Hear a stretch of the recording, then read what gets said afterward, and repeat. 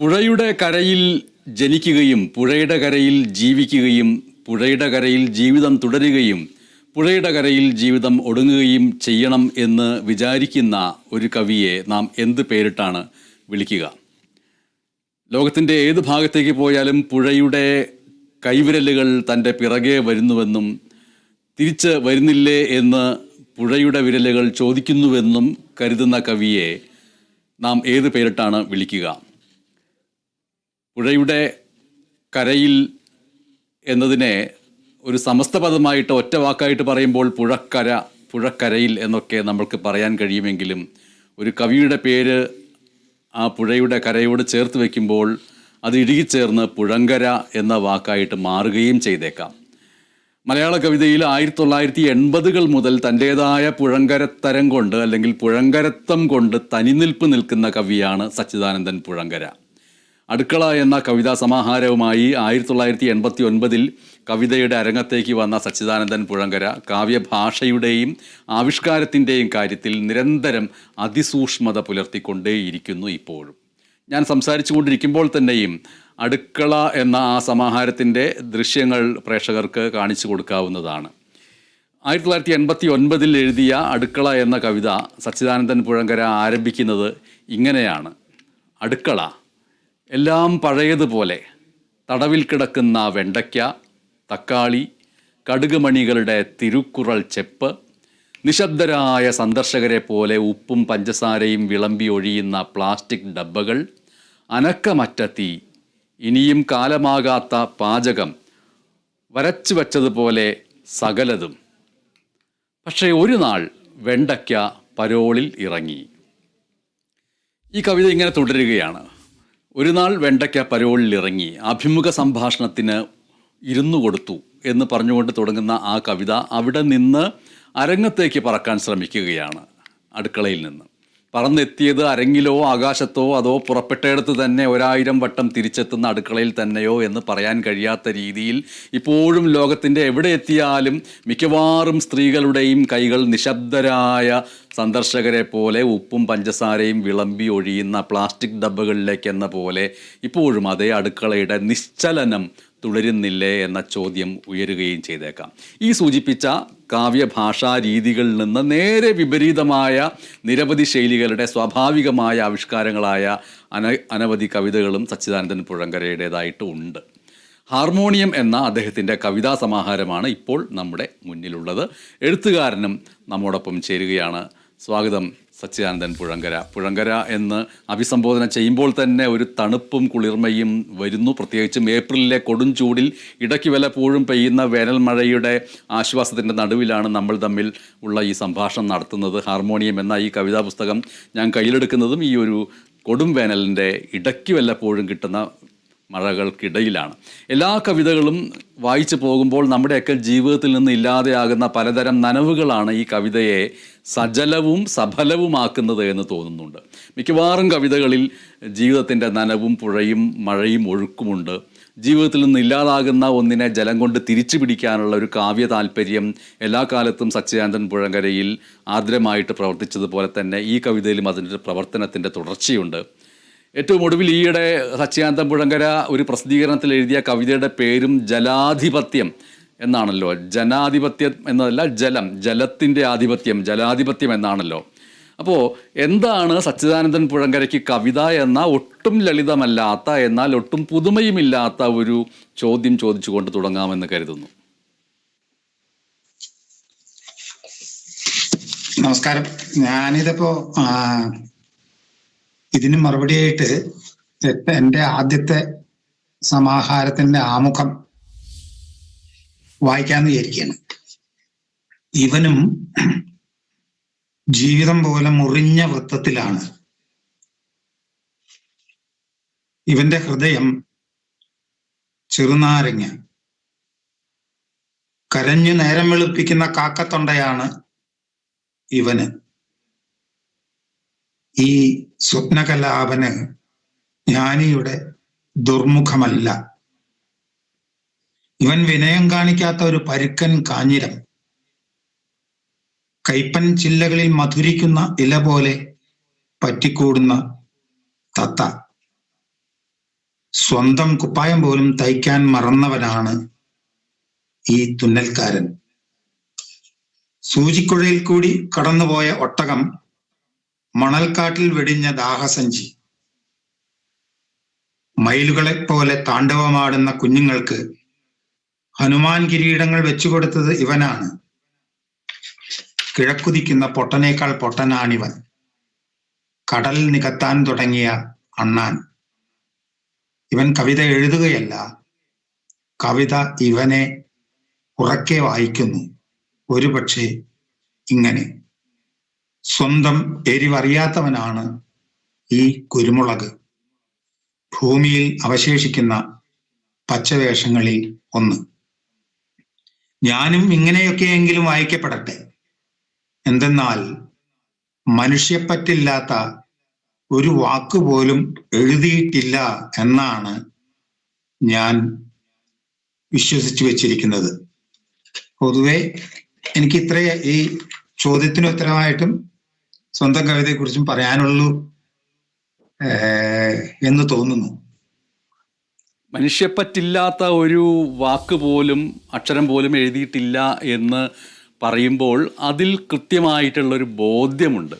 ആ ബോധ്യം എന്ന് പറയുന്നത് പേന കയ്യിലേക്ക് എടുക്കുമ്പോൾ, അല്ലെങ്കിൽ ഒരു കവിതയുടെ വരവ് നമ്മുടെ ബോധമനസ്സിലോ ഉപബോധ മനസ്സിലോ ഉണ്ടാവുമ്പോൾ ആ വരവിനെ നിയന്ത്രിക്കുന്ന ഒന്നായിട്ടല്ല, മറിച്ച് വളരെ സ്വാഭാവികമായിട്ട് സച്ചിദാനന്ദൻ പുഴങ്കരയുടെ ഉള്ളിലുള്ള ഒന്നാണ്. മനുഷ്യപ്പറ്റുള്ള ഒരു ജീവിതമാണ് ഞാൻ നയിക്കേണ്ടത്, മനുഷ്യപ്പറ്റിലൂടെ മാത്രമേ നമ്മൾക്ക് മുന്നോട്ട് പോകാൻ കഴിയുകയുള്ളൂ, സ്വാഭാവികമായിട്ടും എന്നിൽ നിന്ന് പുറത്തേക്ക് വരേണ്ടതും മനുഷ്യപ്പറ്റുള്ള വാക്കുകൾ തന്നെ ആയിരിക്കണം എന്നതുകൊണ്ട് കൂടിയായിരിക്കാം ഹാർമോണിയം എന്ന ഈ പുസ്തകം ഞാൻ കയ്യിലെടുത്ത് പിടിക്കുമ്പോൾ അതിൻ്റെ ഭാരം കൊണ്ട് ഞാൻ താഴെ വീഴാത്തത്. കാരണം അത്രമേൽ കുറച്ച് വാക്കുകൾ, ഒരു വരി, ഒരക്ഷരം, അത് അനാവശ്യമായിട്ടുള്ളതൊന്നുമില്ല, എഴുതാൻ വേണ്ടി എഴുതിയിട്ടുള്ള കവിതകളില്ല. പുസ്തകത്തിന് ഒരു പ്രത്യേക വലിപ്പമുണ്ടെങ്കിൽ മാത്രമേ അതിന് ഭാരം തോന്നൂ എന്നുള്ള ചിലരുടെ തെറ്റിദ്ധാരണകളില്ല. അങ്ങനെ ഹാർമോണിയം എന്ന ഈ പുസ്തകം എൻ്റെ മുന്നിൽ നിൽക്കുന്നത് അതിലെ ഈ ഒരു ജലത്തിൻ്റെ ആർദ്രത കൊണ്ടാണ്. പക്ഷെ അതല്ലാത്ത അനവധി കവിതകളിലൂടെ പോകുന്നുണ്ട്. മനുഷ്യപ്പറ്റില്ലാത്ത ഒരു വരി പോലും എഴുതില്ല എന്നുള്ള ആ ഒരു ബോധ്യവും ആദ്യത്തെ സമാഹാരത്തിന് നൽകിയിട്ടുള്ള ആമുഖത്തിലെ ആ വരികളും ഇപ്പോൾ ഈ കാലത്ത് വായിക്കുമ്പോഴും അതിനകത്ത് മനുഷ്യപ്പറ്റ് എന്ന വാക്കും സച്ചിദാനന്ദൻ പുഴങ്കരയുടെ എല്ലാ കവിതകളിലും മണ്ണ്, പ്രകൃതി എന്നിവയോട് കാൽപ്പനികമായിട്ട് കവികൾ പുലർത്തി പോന്നിട്ടുള്ള സമീപനത്തിൽ നിന്ന് വ്യത്യസ്തമായിട്ട് ഉത്തരവാദിത്വത്തോടെ ഉള്ള ഒരു സമീപനം ആ എഴുത്തിനെ സാന്ദ്രമാക്കുന്നുണ്ട്. പല പാരിസ്ഥിതികമായിട്ടുള്ള വിഷയങ്ങളിലൊക്കെ മുദ്രാവാക്യമായിട്ട് മാറാത്ത സച്ചിദാനന്ദൻ പുഴങ്കരയുടെ മാത്രമായിട്ടുള്ള ഒരു എഴുത്തിൻ്റെ രീതിയിലേക്ക് വരികയും ചെയ്യുന്നുണ്ട്. മണ്ണും പ്രകൃതിയും ജലവും ഒക്കെ ഏതൊക്കെ രീതിയിലാണ് ഇക്കാലം അത്രയും സച്ചിദാനന്ദൻ പുഴങ്കരയുടെ മനസ്സിലൂടെയും കാവ്യജീവിതത്തിലൂടെയും കടന്നു പോയിട്ടുള്ളത്. അച്ഛൻ പാടത്ത് പണിയെടുക്കുന്ന കർഷകനും ചെറിയ തോതിലെ ഭൂവുടമയായിരുന്നു. അങ്ങനെ മണ്ണുമായിട്ട് ബന്ധപ്പെടാണ്ടിരിക്കാൻ നിവൃത്തിയില്ല. അച്ഛനെ കൃഷികാര്യങ്ങളിലൊക്കെ പണ്ട് സഹായിച്ചിരുന്നു എന്ന് എനിക്ക് മേനി പറയാമെന്നേ ഉള്ളൂ. അങ്ങനെയുള്ള ഒരു അച്ഛൻ്റെ മകനായതുകൊണ്ടായിരിക്കാം, പിന്നെ ഈ പുഴയുടെ കരയ്ക്ക് ജനിച്ചു വളർന്നത് കൊണ്ടുകൂടിയായിരിക്കാം നമുക്ക് ഇത്തരത്തില് പുഴ വിട്ടും മണ്ണ് വിട്ടും ഒന്നും മറ്റൊരു മേഖലയിലേക്ക് പറക്കാൻ പറ്റാത്തത്, പറക്കാൻ തോന്നാത്തത്. ഇത്രേ പറയാൻ പറ്റുള്ളൂ അതിനെക്കുറിച്ച്. ചാലക്കുടി പുഴയുടെ തീരം, കടുകുറ്റി എന്ന ദേശം, ഇത് കണ്ടുകൊണ്ടിരിക്കുന്നവർ അതൊന്ന് മനസ്സിലാക്കിക്കൊള്ളട്ടെ എന്ന് സൂചിപ്പിച്ചുകൊണ്ടാണ് ഞാനത് എടുത്തു പറഞ്ഞത്. കാടുകുറ്റി എന്ന ദേശവും ചാലക്കുടി പുഴയുടെ തീരവും ഒക്കെ ഏതൊക്കെ രീതിയിലാണ് എപ്പോഴും പിന്തുടർന്നുകൊണ്ടിരിക്കുന്നത്?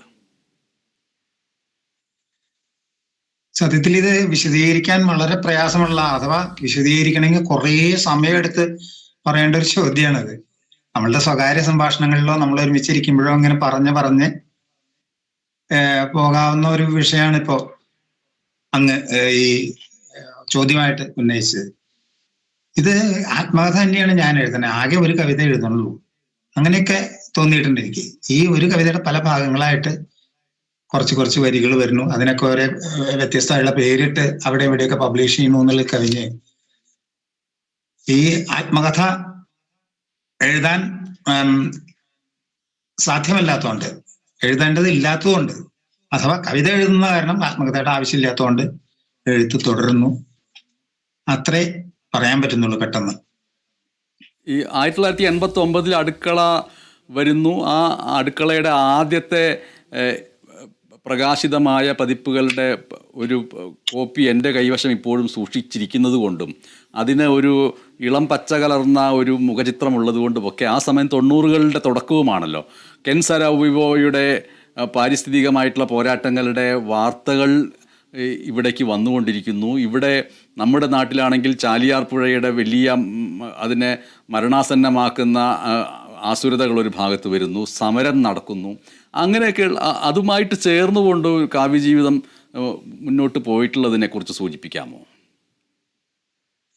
തീർച്ചയായിട്ടും അതൊന്നും ബോധപൂർവം ഞാൻ ആലോചിച്ച് കവിതയിലേക്കോ എഴുത്തിലേക്കോ കൊണ്ടുവന്നിട്ടില്ല. എങ്ങനെയൊക്കെയോ എനിക്ക് ഈ നമ്മുടെ മണ്ണ്, കൃഷി, പുഴ ഇതൊക്കെ ബന്ധപ്പെടാതെ ജീവിതമില്ലായിരുന്നു. ഇത്രയും പ്രായത്തിന് ശേഷം മറ്റുള്ളവര് നഗരങ്ങളിലൊക്കെ ജീവിച്ച് വലിയ വേറെ അനുഭവങ്ങളൊക്കെ കൊണ്ടുവരുമ്പോഴും എനിക്ക് ഈ നാട്ടുമ്പുറത്തെയും അനുഭവവും നാട്ടുമ്പുറത്തെ കാര്യങ്ങൾ മാത്രമേ എഴുത്തിലൂടെ ആവിഷ്കരിക്കാൻ പറ്റുന്നുള്ളൂ എന്നുള്ളതാണ് എൻ്റെ ദൗർബല്യം. അതേ സാധ്യമാവുന്നുള്ളൂ. അങ്ങനെയാണ് എഴുതുന്നതും. മാത്രമല്ല, നമ്മളൊരു സാന്ത്വന ചികിത്സയോ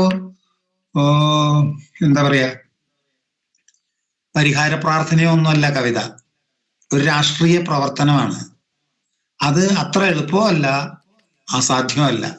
അത് ചെയ്യാനുള്ള ഒരു ശ്രമമാണ് ഞാൻ കവിതയിലൂടെ നടത്തുന്നത്, കവിത പ്രവർത്തനമായതിനാൽ.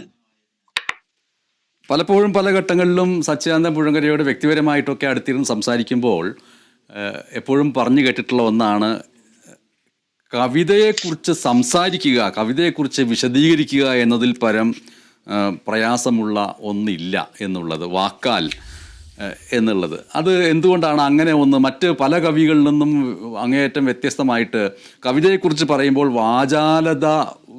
വാചാലതയുള്ള ഒന്നായിട്ട് താങ്കളുടെ നാവും ചുണ്ടും പ്രവർത്തിക്കാത്തത് എന്തുകൊണ്ടാണ്? പണ്ടൊക്കെ എനിക്ക് എന്നെ തന്നെ, ഞാൻ മാർക്കറ്റിലേക്കല്ല ജനിച്ചു വീണേ. പുതിയ തലമുറക്കാര്, നമ്മൾക്ക് ഇപ്പുറത്തുള്ള ആൾക്കാരും ചന്തയിൽ ജനിച്ചു വീണവര് സ്വയം വിൽക്കാൻ വേണ്ടിയുള്ള വിൽപ്പന തന്ത്രങ്ങൾ പ്രയോഗിക്കുമ്പോഴും എനിക്കത് സാധിച്ചിരുന്നില്ല. പക്ഷെ അന്ന് ഞാൻ അതിന് ശ്രമിച്ചില്ല എന്നല്ല, ശ്രമിച്ചിട്ടുണ്ട്. നമ്മള് തന്നെ നമ്മുടെ കവിതയെക്കുറിച്ച് പറയാ, കേമത്തം നടിക്കുക. കുറെ പ്രായമാവും തോറും പിന്നെ നമുക്ക് ഈ വരുന്ന ഒരു എന്താ പറയാ ഒരു മൗനത്തിലേക്കുമൊക്കെ ഒതുങ്ങി പോവുക. പിന്നെ അവനവന്റെ കവിതയെക്കുറിച്ച് സംസാരിക്കുന്ന അത്രയും മോശപ്പെട്ട സംഗതി വേറെ ഇല്ല എന്നുള്ളൊരു തോന്നൽ ഇങ്ങനെ ഓരോ ദിവസവും ഉള്ളിലേക്ക് വന്നുകൊണ്ടിരിക്കുകയായിരുന്നു. അതുകൊണ്ട് മാത്രമാണ് സംസാരിക്കാത്തത്. മറ്റുള്ളവരുടെ കവിതയെക്കുറിച്ച് നമുക്ക് സംസാരിക്കാൻ പറ്റിയെന്ന് വരും, പ്രസംഗിക്കാൻ പറ്റൂല, പ്രഭാഷണം നടത്താൻ പറ്റൂല, അങ്ങനത്തെയൊക്കെ പ്രശ്നങ്ങളുണ്ട്. അപ്പൊ ഇതൊക്കെ അനുഭവിക്കുന്ന ഒരു സാധാരണക്കാരനെ ആയിട്ട് തന്നെ കൂട്ടിയാൽ മതി. വലിയ വലിയ ചോദ്യങ്ങൾക്കൊന്നും വലിയ വലിയ ഉത്തരങ്ങൾ പറയാനും ഇല്ല. അപൂർവങ്ങളിൽ അപൂർവമായിട്ടുള്ള ചില കവികൾ അവർ പറയാറുണ്ട്, എപ്പോഴാണോ എനിക്ക് എൻ്റെ തന്നെ കവിതയെക്കുറിച്ച് വാചാലമായി സംസാരിക്കേണ്ടി വരുന്നത്, അത് കഴിഞ്ഞ് തിരികെ വീട്ടിലെത്തിക്കഴിയുമ്പോൾ വലിയൊരു ശൂന്യത അനുഭവപ്പെടുന്നു, എന്തോ തെറ്റ് ചെയ്തതിൻ്റെ കുറ്റബോധം അലട്ടുന്നു, ഒരു പക്ഷേ ഭാവിയിൽ കവിതയായിട്ട് മാറേണ്ടുന്ന ഒന്ന് അബോർട്ട് ചെയ്യപ്പെട്ടു പോയി എന്നുള്ള ഒരു അനുഭവം ഉണ്ടാകുന്നു. ആ അർത്ഥത്തിലാണോ ഈ പറഞ്ഞത്?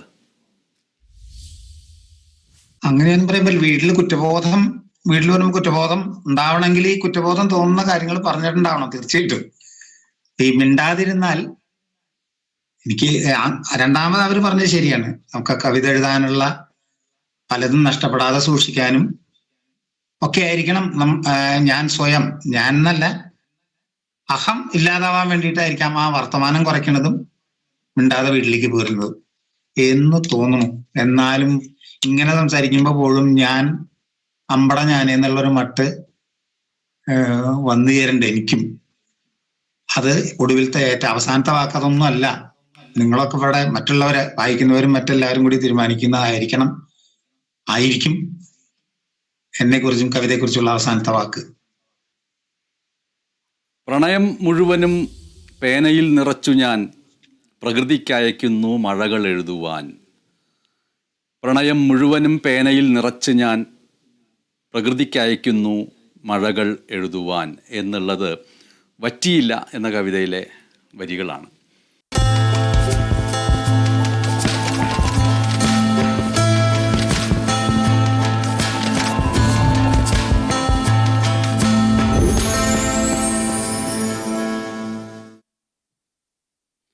ഹാർമോണിയം എന്ന കവിതാ സമാഹാരവും ആ കവിതാ സമാഹാരത്തിൻ്റെ രചയിതാവായ സച്ചിദാനന്ദൻ പുഴങ്കരയുമാണ് നമ്മോടൊപ്പം ഉള്ളത്. ഈ നിമിഷം താങ്കൾക്ക് വായിക്കാവും എന്ന് തോന്നുന്ന ഒരു കവിത ഏതാണ്? അത് വായിക്കാമോ? ആ കവിതയെക്കുറിച്ച് ചില കാര്യങ്ങൾ സൂചിപ്പിച്ചുകൊണ്ട് കവിത വായിക്കലാവാം, നേരെ കവിത വായിക്കലും ആവാം. ഞാൻ ഉമ്മ എന്ന പേരുള്ള ഒരു കവിതയാണ് വായിക്കാൻ ഉദ്ദേശിക്കുന്നത്. നേര്യമംഗലം എന്ന പറഞ്ഞ സ്ഥലത്ത് പാലത്തിന്റെ തൊട്ടിപ്പുറത്ത് മിഠായി, വളകള്, അങ്ങനത്തെ കൊച്ചു കൊച്ചു സാധനങ്ങള്, റിബൺ, ഇതൊക്കെ വിൽക്കാൻ വേണ്ടി ഒരു കുഞ്ഞു കടയിലിരുന്ന ഒരു ഉമ്മയുണ്ട്. അത് മുസ്ലിം സ്ത്രീ. എൻ്റെ ഒരു സുഹൃത്തും കവിത എഴുതുന്ന അക്ബറിന്റെ ഉമ്മയാണത്. സുഹൃത്തായിട്ടുള്ള അക്ബറിന്റെ ഉമ്മയാണ്. ഉമ്മ മരിക്കുന്നതിന് മുമ്പ് ഉമ്മയെ കുറിച്ച് എനിക്ക് തോന്നിയ ഒരു കവിതയാണത്. കാരണമുണ്ട്, അത് തോന്നാൻ കാരണമുണ്ട്. 11 പേർ പറ്റൂ. ആകെ ജീവിച്ചിരിപ്പുള്ളത് അക്ബർ മാത്രമാണ്. അക്ബർ പുറത്തേക്ക് എവിടേക്കെങ്കിലും പോയ ആ ഉമ്മയ്ക്ക് വെപ്രാളാണ്. ആ വെപ്രാളോ ഉമ്മയുടെ ഒരു ചിത്രം വാക്കുകളിൽ കൂടെ എങ്ങനെ വരയ്ക്കാം എന്നുള്ള ആലോചനയും ചേർന്നുണ്ടായതാണ് ഈ കവിത. ഉമ്മ. നേര്യമംഗലം കാട്ടിലെ പുല്ലേ, നീലമേഘത്തെ ഓടിച്ച കാറ്റേ, ആടെയെങ്ങാനും അക്ബറെ കണ്ടോ, ആടെയെങ്ങാനും അക്ബറെ കണ്ടോ. തൂശി വീണ കിണറുള്ള വീട്ടിൽ ഐശുവുമാക്കു കൂട്ടിരിക്കാമോ, കാക്ക കൊത്തിപ്പറിക്കാത്ത ചക്കേ, കാക്ക കൊത്തിപ്പറിക്കാത്ത ചക്കേ. ഉച്ചവെയിലത്തുറങ്ങുന്നു പാലം, കട്ടുറുമ്പായി കടിച്ചു സന്താപം, ആടെയെങ്ങാനും അക്ബറെ കണ്ടോ, കൂടെ ആരാനും ഉണ്ടായിരുന്നു. ചോലവെള്ളം കുടിക്കുന്ന മൂരിക്കിടാവിനെ പോലെ ഓർമ്മ കൂത്താടി അക്കരെ ചെന്ന് അതിർത്തിയിൽ വാകയ്ക്കപ്പുറത്തേക്ക് നോക്കി കരഞ്ഞോൻ, പച്ച കാണാതെ ഞെട്ടിത്തരിച്ചോൻ, അക്കു കാറിപ്പൊളിക്കയാണുമ്മ. നേര്യമംഗലമില്ലാതെ ഞാനൻ വീട് വിട്ടെങ്ങു പോയി പിഴയ്ക്കാൻ. പാക്ക്, വെറ്റില, ചുണ്ണാമ്പ്, പൊയില കൂട്ടിമുട്ടുന്നതുമ്മാന്റെ വായിൽ. ചോപ്പു വിപ്ലവം തിണ്ണയ്ക്കു താഴെ, കാച്ചിയിൽ കറപ്പാടിൻ കറുപ്പ്. കെട്ടുപൊട്ടിച്ചിരിച്ച മുറ്റത്തോ കൊച്ചുകുട്ടികൾ തിക്കിത്തിരക്കി ഉപ്പിലിട്ട നെല്ലിക്കയ്ക്കു വേണ്ടി. ചില്ലുകുപ്പി, ബിസ്ക്കറ്റ്, മിഠായി, കുന്നിമാല, ഉണുക്ക്, പല്ലൊട്ടി കണ്ണുവെച്ചവർ നാക്കൊലിപ്പിച്ചു. കപ്പലോടിച്ച പൂമരച്ചോട്ടിൽ സോഷ്യലിസ്റ്റ് സമ്മേളനം തീർന്നു. നിസ്കരിക്കാൻ തുടങ്ങുന്നു മോന്തി, നിസ്കരിക്കാൻ തുടങ്ങുന്നു മോന്തി. ഏടെയാണവൻ റോട്ടിലെ പൂച്ചേ, ഏടെയാണവൻ ഐശിട്ടമീനെ, ഏടെയാണവൻ റോട്ടിലെ പൂച്ചേ, ഏടെയാണവൻ ഐശിട്ടമീനെ.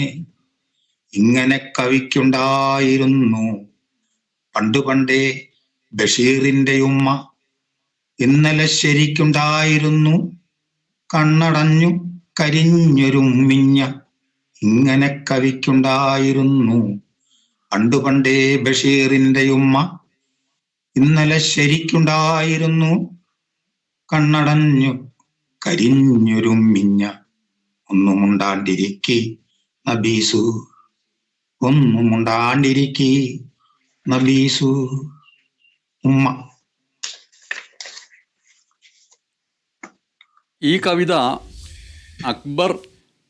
അക്ബറിൻ്റെ ഉമ്മ, നേര്യമംഗലം എന്നീ 3 അടിക്കുറിപ്പുകൾ മാറ്റിവെച്ചാൽ പോലും അത് വായനക്കാരോട് സംസാരിക്കുന്നുണ്ട്. ഒരർത്ഥത്തിൽ അക്ബറിന് പകരം അത് കാണാതായി പോകുമോ എന്ന് വിചാരപ്പെടുന്ന ഒരു പുഴയെക്കുറിച്ച് കൂടിയാവാം. ശോഷിച്ച് എല്ലാ പുഴകളും പോയി, 12 മക്കളിൽ അവസാനത്തെ ആൾ മാത്രം എന്നുള്ള നിലയ്ക്ക് ഈ കവിത മാറുമ്പോൾ ഉള്ള പുഴകളെല്ലാം തീരുന്നു, ഇനി ഒന്നേ ഉള്ളൂ അവശേഷിക്കുന്നതായിട്ട് എന്നുള്ള നിലയ്ക്കുള്ള പലതരത്തിൽ ഈ കവിതയെ വായിച്ച് കൊണ്ടുപോകാൻ കഴിയുന്നു എന്നുള്ളതാണ്. അങ്ങനെ തന്നെയാണല്ലോ എല്ലാ കവിതകളുടെയും മുന്നോട്ട് പോക്ക്.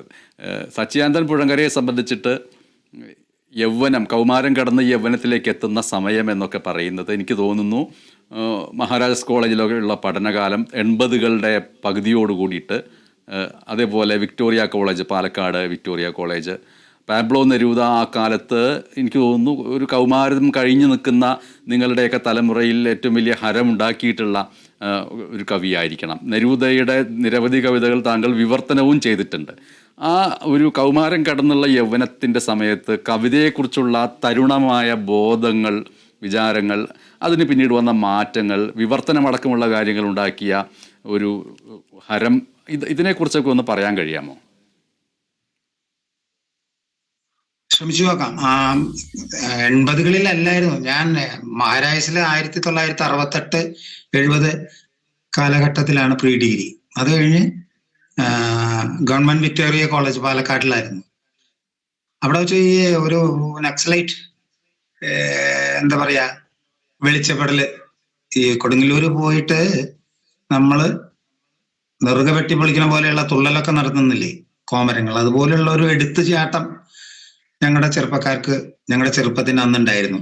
അന്നിപ്പോ നമ്മളുടെ കൂടെ മുമ്പിലുണ്ടായിരുന്ന N മാധവൻകുട്ടി, ഇന്നിപ്പോ ചാനൽ ചർച്ചകളിലൊക്കെ കാണുന്ന ഒരാള്, KU Johny, doctor E Divakaran, KK Chandran, മരിച്ചുപോയി, സിനിമ ഡയറക്ടറായിരുന്നു. അവരുടെയൊക്കെ കൂട്ടത്തിലാണ് അങ്ങനെ നക്സലൈറ്റ് ആണെന്ന് പറഞ്ഞുകൊണ്ട് നടന്ന ഒരു കാലം. ആ കാലഘട്ടത്തൊന്നും നെരൂദയെ വായിച്ചിട്ടില്ല നമ്മള്. നെരൂദയുടെ കവിതകൾ ഞാൻ ട്രാൻസ്ലേറ്റ് ചെയ്തിട്ടുണ്ടെങ്കിൽ പോലും എനിക്ക് ഏറ്റവും നല്ല കവി, ഞാൻ വായിച്ചിട്ടുള്ള വിദേശ കവി നെരൂദയാണെന്ന അഭിപ്രായമില്ലേ. ഞാൻ വായിച്ചിട്ടുള്ള ഏറ്റവും നല്ല ഓർമ്മക്കുറിപ്പുകള് നെരൂദയുടെയാണ്. അത് ഞാൻ മലയാളത്തിലാക്കിയിട്ടുണ്ട്. DC അത് പുസ്തകമാക്കിയിട്ടുണ്ട്. മെമ്മേഴ്സ് എന്നാണ് ഓർമ്മക്കുറിപ്പുകളുടെ പേര്. അത് DC പുസ്തകമാക്കിയിട്ടുണ്ട്. അപ്പൊ അത് അത്രേ അതിനെ കുറിച്ച് പറയാനുള്ളൂ. പിന്നെ ട്രാൻസ്ലേഷൻസ് ഒക്കെ സ്വാഭാവികമായിട്ട് വരുമ്പോ നമുക്ക് നമ്മുടെ ഭാഷയുടെ പരിമിതി, ഇല്ലെങ്കിൽ എഴുതി വരുമ്പോ പോരാ ഇങ്ങനെയൊന്നും അല്ല എന്ന് തോന്നുമ്പോ നമുക്ക് സ്വയം ഒന്നുകൂടി സ്വാധ്യായം ചെയ്യാൻ വേണ്ടിയിട്ടൊക്കെയാണ് ഈ ട്രാൻസ്ലേഷൻ, മറ്റുള്ളവരുടെ കവിതകളൊക്കെ മലയാളത്തിലേക്ക് പരിചയപ്പെടുത്തലൊക്കെ തുടങ്ങിയത്. അതൊക്കെ എന്തായാലും ഗുണം ചെയ്തിട്ടുണ്ട്. പക്ഷേ ഒരുപാട് പറയുമ്പോൾ തെറ്റിദ്ധരിക്കരുത്.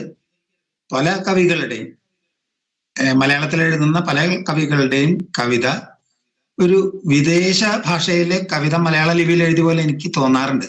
പക്ഷെ അതൊന്നും നമ്മൾ വിളിച്ചു പറഞ്ഞിട്ട് കാര്യമില്ല. എൻ്റെ കവിത അങ്ങനെ തോന്നല് ഉണ്ടാകാതിരിക്കാൻ ഞാൻ ഒരുപാട് ശ്രമിച്ചിട്ടുണ്ടെന്ന് മാത്രമേ പറയാൻ പറ്റുള്ളൂ. പക്ഷെ ഈ വിവർത്തനങ്ങളൊക്കെ നമ്മളുടെ ഭാഷയെ കൂടുതൽ ഫലപ്രദമാക്കാൻ സഹായിച്ചിട്ടുണ്ട് വേണം എനിക്ക് തോന്നിയിട്ടുള്ളതും. വിദേശ ഭാഷകളിലുള്ള കവിതകളുടെ പരിഭാഷകൾ എന്നുള്ള നിലയ്ക്ക് കാര്യങ്ങൾ പറയുമ്പോൾ അത് ഏറ്റവും കൂടുതൽ മലയാളത്തിലേക്ക് കൊണ്ടുവരികയും മലയാള കവിതയെ ആ രീതിയിൽ വിപുലീകരിക്കുകയും ഒക്കെ ചെയ്തത് താങ്കളുടെ പേരിൽ നിന്ന് പുഴങ്കര എന്ന വാക്കെടുത്ത് മാറ്റിയിട്ടുണ്ടെങ്കിൽ ഉള്ള കവിയായിട്ടുള്ള സച്ചിദാനന്ദൻ ആണ്. പക്ഷേ ഇപ്പോൾ താങ്കൾ സൂചിപ്പിച്ച ഈ കാര്യം വളരെ പ്രധാനപ്പെട്ടതുമാണ്. അതായത് അങ്ങനെയുള്ള ഒരു പരിഭാഷകളുടെ വൈദേശികമായ ശൈലിയുടെ ഒറ്റ അച്ചിൽ വാർത്തെടുത്ത് വരുന്നത് പോലെ കവിത ഏകദാനമായിട്ട് പോകുന്നു. അത് അങ്ങനെ വരാതിരിക്കാനുള്ളൊരു ബോധപൂർവ ശ്രമം താങ്കളിലുണ്ട് എന്ന് പറയുമ്പോൾ തന്നെ എഴുതുന്ന വേളയിൽ ആ ബോധപൂർവ ശ്രമത്തിൻ്റെ ഭാഗമായിട്ടല്ലാതെ താങ്കളുടെ ഉള്ളിൽ തന്നെ ആ ഒരു ഈ സച്ചിദാനന്ദൻ പുഴങ്കരയുടേതായ ഡിക്ഷൻ, ഉദാഹരണത്തിന് അനുപല്ലവി രാഗമായി ഒഴുകും സംഗതിയിൽ കുളിച്ചവൻ എന്ന് ജോൺസൺ മാഷിനെ കുറിച്ച് എഴുതുമ്പോൾ അത് അങ്ങനെ തന്നെ വരുന്നതല്ലേ? അത് ബോധപൂർവം ആ ഡിക്ഷൻ ഇത് മാറ്റാൻ വേണ്ടി ശ്രമിക്കുന്നതല്ലല്ലോ. തീർച്ചയായിട്ടും അല്ല. അത് നമ്മുടെ പ്രസിദ്ധമായിട്ടുള്ള ആശാന്റെ വൃത്തമാണ്. ആശാന്റെ വൃത്തം എന്ന് ആ വൃത്തം അറിയപ്പെടുന്നേ വിയോഗിനി വൃത്തത്തിലുള്ളതാണ്. അപ്പൊ ജോൺസൺ മാഷ് മരിച്ചിട്ട് അത്ര അടുപ്പമായിരുന്നു. അദ്ദേഹം മരിച്ചപ്പോഴുള്ള സങ്കടം, വിയോഗം, അതുകൊണ്ടായിരിക്കാം അദ്ദേഹത്തിന്റെ വിയോഗം ഒരു വിയോഗിനി വൃത്തത്തിൽ എഴുതാൻ സാധിച്ചത്, എഴുതാൻ വേണ്ടി അങ്ങനെ സ്വാഭാവികമായിട്ട് വന്നത്. അങ്ങനെയാണ്, അല്ലാതെ അതിൽ കൂടുതലൊന്നുമില്ല. അതെ, നമ്മൾക്ക് തമ്മിലുള്ള ഈ സംഭാഷണത്തിൻ്റെ ഒരു അവസാന ഘട്ടത്തിലേക്ക് നമ്മൾ എത്തിയിരിക്കുന്നത് കൊണ്ട് നമ്മൾക്ക് ഇവിടെ അത് പൂർണ്ണമാക്കേണ്ടിയും വരുന്നു. അനുപല്ലവി രാഗമായി ഒഴുകും സംഗതിയിൽ കുളിച്ചവൻ, ചരണത്തിലെരിഞ്ഞ വാക്കുകൾക്കിടയിൽ ജോൺസൺ ഇരുന്നു ചിത്രമായി. ജോൺസൺ മാസ്റ്ററെ കുറിച്ചിട്ടുള്ള ഒരു വിചാരത്തിൽ നിന്ന് ഓർത്തുകൊണ്ടാണ് ഈ കവിത എഴുതപ്പെട്ടിട്ടുള്ളത്. ഇതിൻ്റെ ശീർഷകം കവിത തന്നെയാണ് അത്. ഈ അനുപല്ലവി എന്നുള്ള വാക്കും രാഗം എന്നുള്ള വാക്കും ജോൺസൺ മാഷ് എന്നുള്ള വാക്കും ഒക്കെ വരുമ്പോൾ സ്വാഭാവികമായിട്ടും സച്ചിദാനന്ദൻ പുഴങ്കര എന്ന കവിയെക്കുറിച്ച് മാത്രം ഇപ്പോൾ നമ്മൾ സംസാരിച്ചു കൊണ്ടിരിക്കുന്നു. സച്ചിദാനന്ദൻ പുഴങ്കര എന്ന കവിയുടെ ചില ഭാഗങ്ങൾ നാം മനഃപൂർവ്വം ഒഴിവാക്കിയിട്ടുണ്ട്. ഒഴിവാക്കിയ കാര്യങ്ങൾ എന്ന് പറയുന്നത് CB മലയിലിൻ്റെ പ്രണയവർണ്ണങ്ങൾ എന്ന സിനിമയ്ക്ക് കഥയും സംഭാഷണവും ഗാനങ്ങളും എഴുതിയ ഒരു ഭാഗമാണ്. വരമഞ്ഞളാടിയ രാവിൻ്റെ മാറിൽ എന്നുള്ള ഗാനം എഴുതിയത് താങ്കളാണ് എന്നുള്ള കാര്യം നമ്മൾ ഈ സംഭാഷണത്തിൽ നിന്ന് മാറ്റിവെച്ചു. ഒരു കുലപ്പൂ പോലെ എന്നുള്ള ആ ഗാനം താങ്കൾ എഴുതിയത് നമ്മൾ മാറ്റിവെച്ചു. ഇഷ്ടമെന്ന സിനിമയിലെ കാണുമ്പോൾ പറയാമോ കരളിലെ അനുരാഗം എന്ന വരികൾ എഴുതിയ വ്യക്തിയാണ് എന്നുള്ള കാര്യമൊക്കെ മാറ്റിവെച്ചു. കാരണം ഇത് താങ്കളുടെ ജീവിതത്തിലെ ഏറ്റവും പ്രധാനപ്പെട്ട ആത്മാംശം എന്ന് പറയുന്നത് കവിത തന്നെ ആയതുകൊണ്ടും നമ്മൾ തമ്മിലുള്ള ഈ സംഭാഷണത്തിൻ്റെ നൂൽപ്പാലം എന്ന് പറയുന്നത് സാഹിത്യമായതുകൊണ്ടുമാണ് അങ്ങനെ ചെയ്തിരിക്കുന്നത്. ഈ ഹാർമോണിയം എന്ന പുസ്തകം പ്രസിദ്ധീകരിച്ചിരിക്കുന്നത് ആൻഡ് ദ പബ്ലിഷർ, ANT, ഉറുമ്പ് എന്ന അർത്ഥത്തിൽ വരുന്ന അല്ലേ, ആൻഡ് ദ പബ്ലിഷർ ആണ് ഈ പുസ്തകം പ്രസിദ്ധീകരിച്ചിരിക്കുന്നത്. ഈ പുസ്തകത്തിൻ്റെ വില 100 രൂപയാണ്. സച്ചിദാനന്ദൻ പുഴങ്കരയുടെ ഹാർമോണിയം, ആ ഹാർമോണിയത്തെക്കുറിച്ചുള്ള സംഭാഷണമാണ് നമ്മൾ നടത്തിയത്. ഈ നിമിഷങ്ങളിൽ നമ്മോടൊപ്പം പങ്കെടുത്തതിനും സംസാരിച്ചതിനും വളരെ നന്ദി അറിയിക്കട്ടെ. സന്തോഷം. ഞാൻ നന്ദിയല്ല, കെട്ടിപ്പിടിക്കുന്നു. എനിക്ക് ജനേഷിനെ അന്ന് ഇവിടെ വന്നിട്ട് വീട്ടിലേക്ക് കയറാൻ പറഞ്ഞിട്ട് കയറിയില്ല. അതൊരു കടം നിൽക്കണം. ഇവിടെ വരിക എപ്പോഴെങ്കിലും വരുമ്പോൾ. ഓക്കെ.